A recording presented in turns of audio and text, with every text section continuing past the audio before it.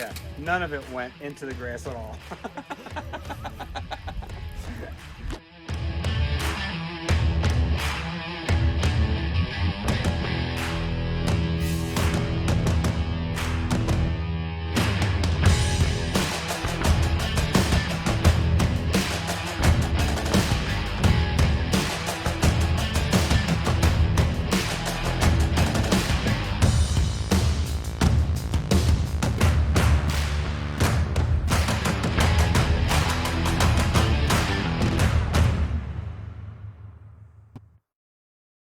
Alright guys, so we're in the garage. We just spent the day getting the AMC a little bit closer to running. We got the headers on and all that.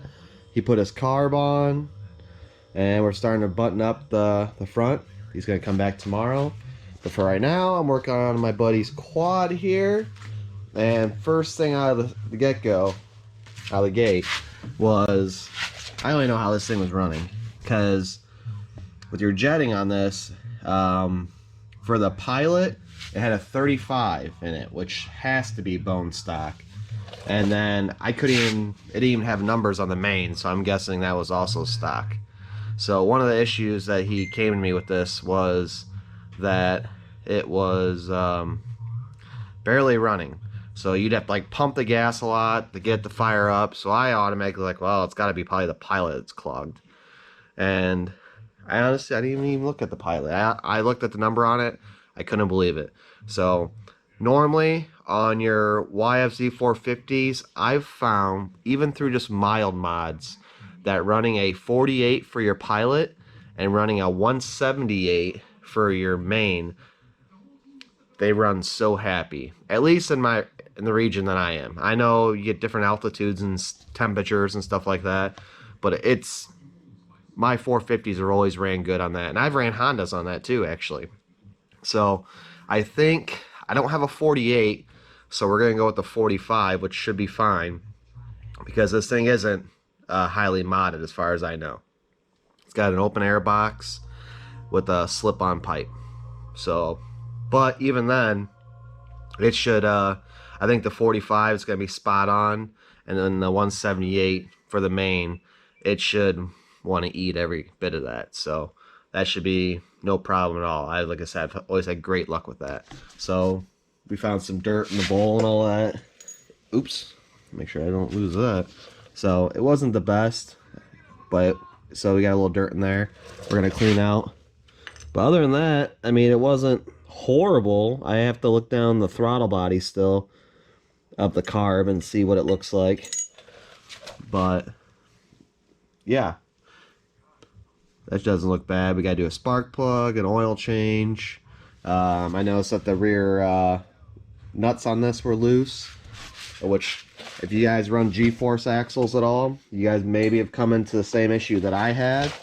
That I had it to where I didn't matter how tight I'd put them, as far as torque spec or just hammering down as much as I could, but the nuts on the end here would always back out a little bit. Not the lug nuts to the rim, but the actual nut to the axle. So what I'm going to do is that mine kind of fixed itself just through constantly tightening, and I think it kind of finally wore the friction. I think it's this plating that they use, because that plating's on everything. So I think it kind of keeps the nut from actually locking on good. And yes, I've used Loctite and all that, but I think just because of the surface, it was causing an issue. So I'm going to take a little Brillo pad, and I'm going to rough up the threads, just the coating part, a little bit. And then I'm going to put some Loctite on those things, and that should zip that up real good. As far as this chain, he really just needs to get a new chain. But, ooh. See, there's quite a few things. Well,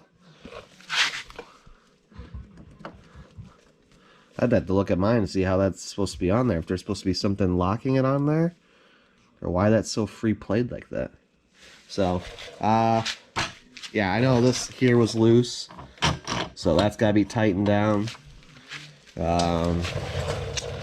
What was the other thing? Oh, and I need to do the air filter wasn't even attached. I guess he did have a lid on this thing, Well, the lid's gonna come off now, so it's gonna be even rowdier anyways. So that'll be good for the quad. So, and that's probably the other issue, is that it was probably breathing way too much, and that's why you had to keep on pumping it.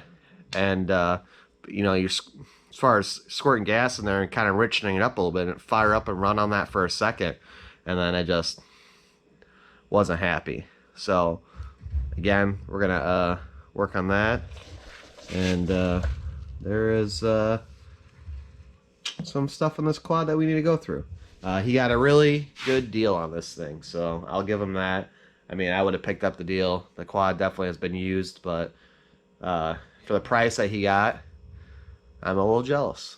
Because, in my opinion, I've been wanting to do a gas-powered golf cart, and this would be your perfect setup. This is something that I would look into doing, just because you have a small, compact motor that pushes out a decent amount of power, and then you already have your back end here to make into the golf cart. So if you guys like watch Boosted Boys or Cleus that did the golf carts and all that, and the crotch rocket motors are sweet, and I know other people have done it, but it almost seems too rowdy in my opinion.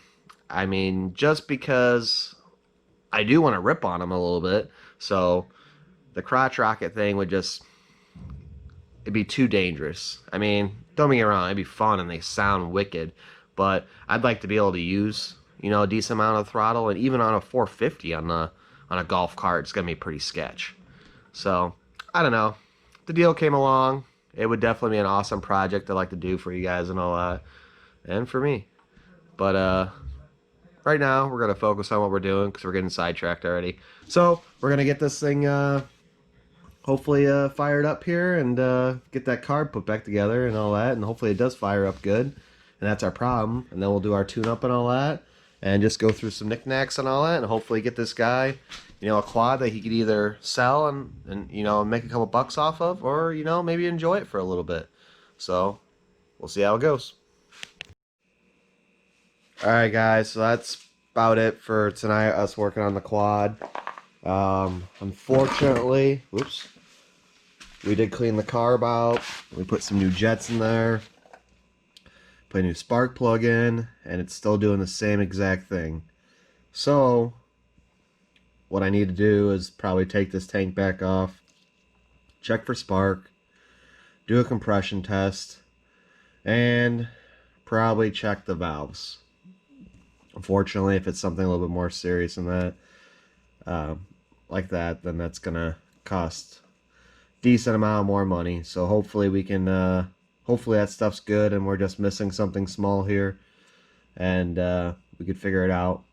But for tonight, we're gonna call it quits and all that. We got the battery charging because it was going low for so much cranking, but not as far as I wanted to get on the quad. But at least we did start digging into it, and we're gonna see what's going on with that. We got a good day on the Jeep and all that. Got the headers on, it's mufflers and all that, carbs on. We're gonna do some ignition stuff tomorrow and get more of the, as far as your front end stuff, more buttoned up on that. Another thing we did get done today is we got our tires mounted for the CJ for the front. So we're pretty pumped about those, so that's gonna be cool. But for now guys, that's it. I'm gonna try to post this video as soon as I can. I appreciate you guys watching. I'll see you later.